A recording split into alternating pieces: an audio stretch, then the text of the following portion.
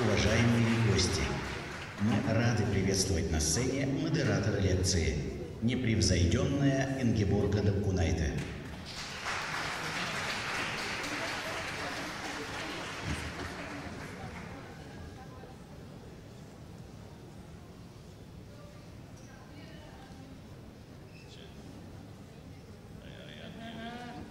There you go. Добрый вечер всем. Good evening. Для меня большая честь сегодня представить вам легендарного человека John Lasseter. Did I pronounce your name well? Yeah, perfect. Thank you. Hey, turn around.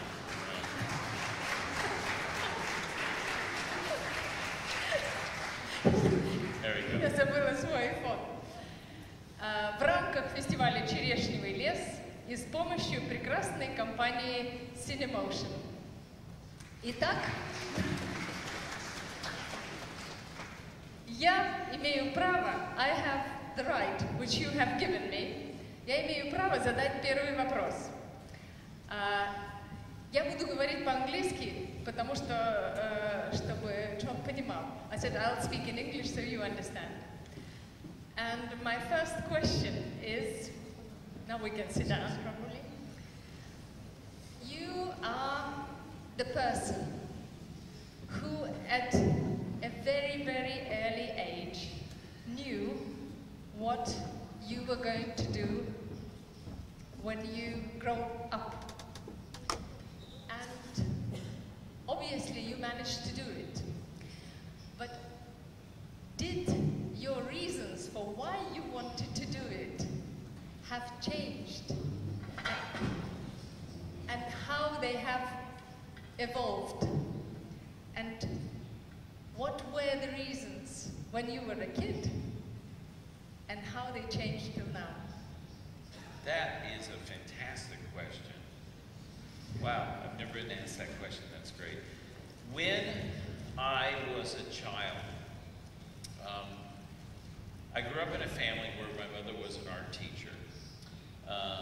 She taught art to high school students for 38 years. And I was always surrounded by the arts. I drew constantly. My mom would keep me quiet by always handing me a pad of paper and a pencil, and I would sit and just draw. And I loved cartoons more than anything else in the world.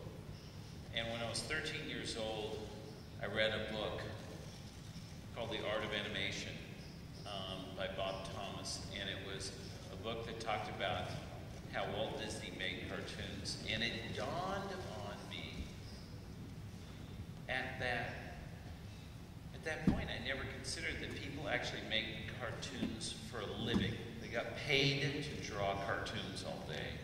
And I said, that's what I want to do. I want to work for Walt Disney as an animator.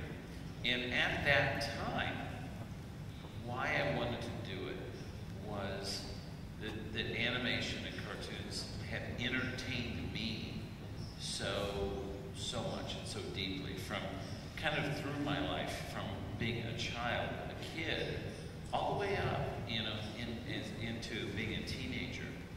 And mostly the films of Walt Disney, his animated films, but also I grew up in Los Angeles, outside about only a half an hour's drive from Disneyland,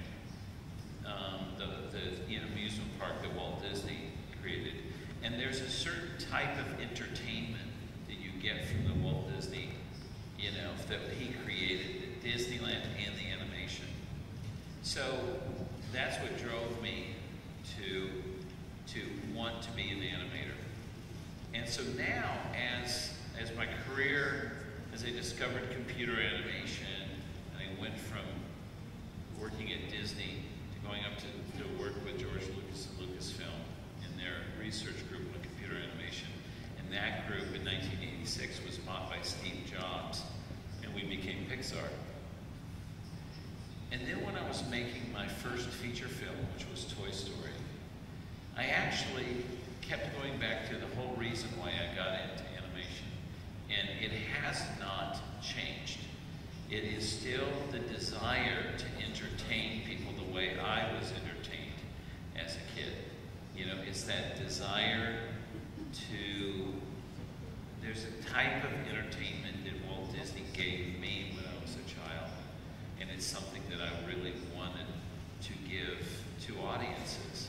And it's being able to make really funny, but movies with a heart, with emotion to them, but also show people things that they've never seen before, and create new looking animation as Walt Disney did. And it's really that same desire. We had so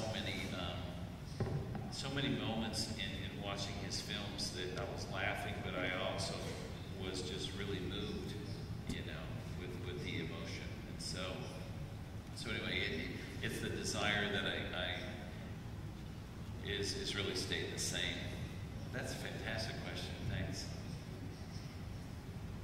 Но теперь я могу спросить вас.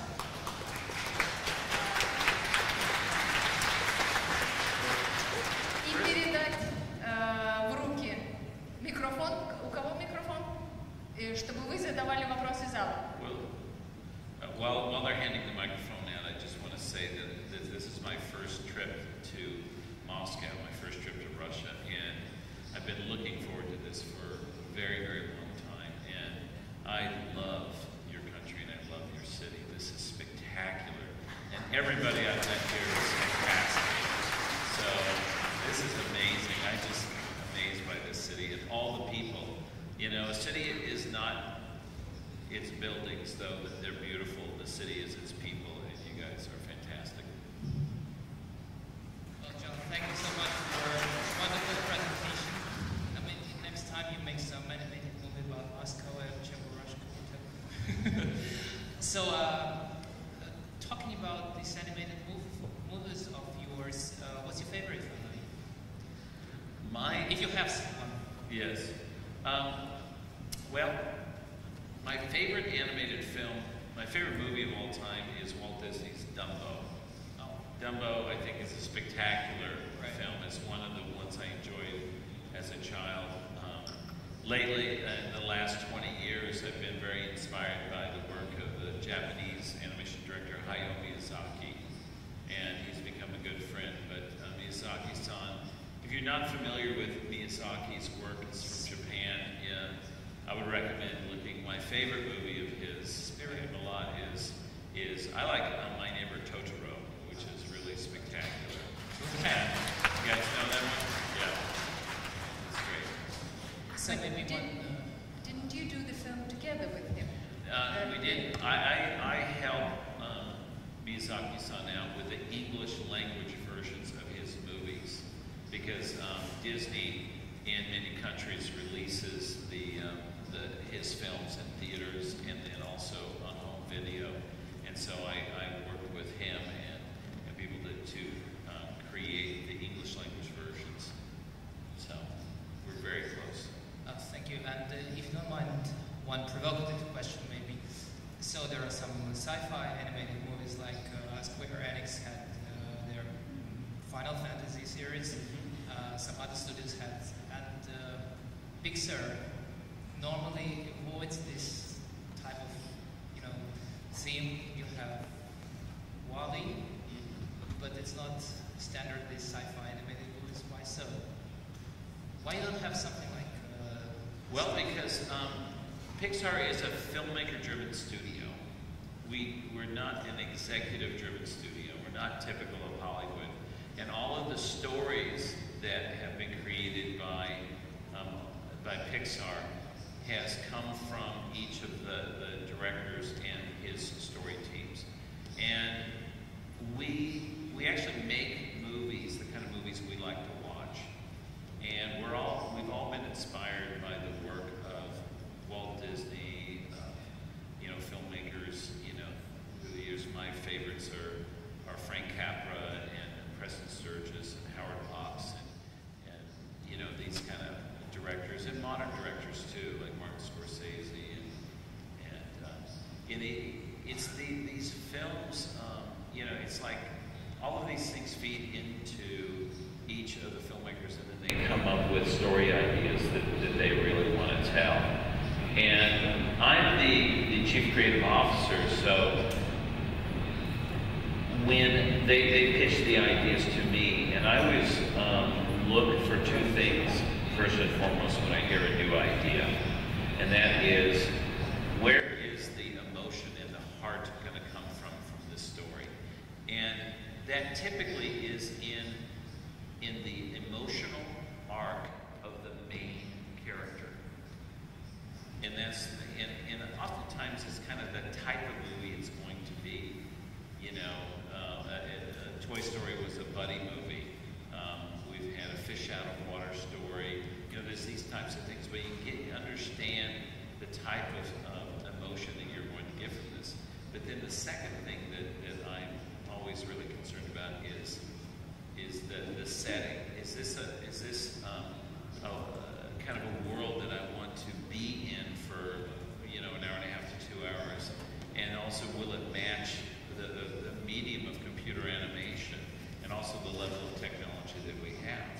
You know, in the early days, computer animation, everything looked like it was made of plastic when it was rendered by the computers. So we chose to tell our first story with toys that are alive, and they're all made of plastic, so it actually was a perfect blending of subject matter and the technology. And that's one of the things we know the technology, so we're always trying to match the subject matter. So it's up to all the filmmakers as to what subject matter. And Andrew Stanton loves space movies and stuff, but this was for WALL-E. It was a very unique kind of take on it, and it was a very special film for us because it was very funny, very special. The main character was almost pantomime, meaning no dialogue, and that was something a very kind of classic animation thing to do, which was very special. So, thank you.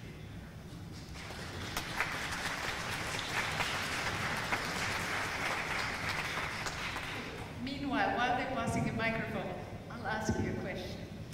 I've been speaking to my friends who are in Russia doing animation, and they explained to me that there were certain steps to overcome in computer animation. Meaning it was very complicated to do air, water, hair. What was the most difficult, and was there an eureka moment that you have done? The technical advancements in computer animation at Pixar has invented much of computer animation. It's really been driven by kind of the needs of the story that we're telling.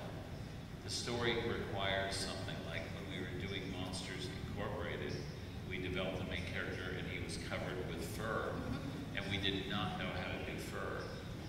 So that was a huge challenge.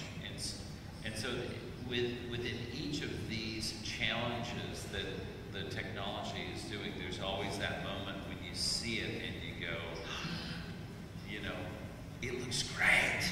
You know, it's so exciting when that happens.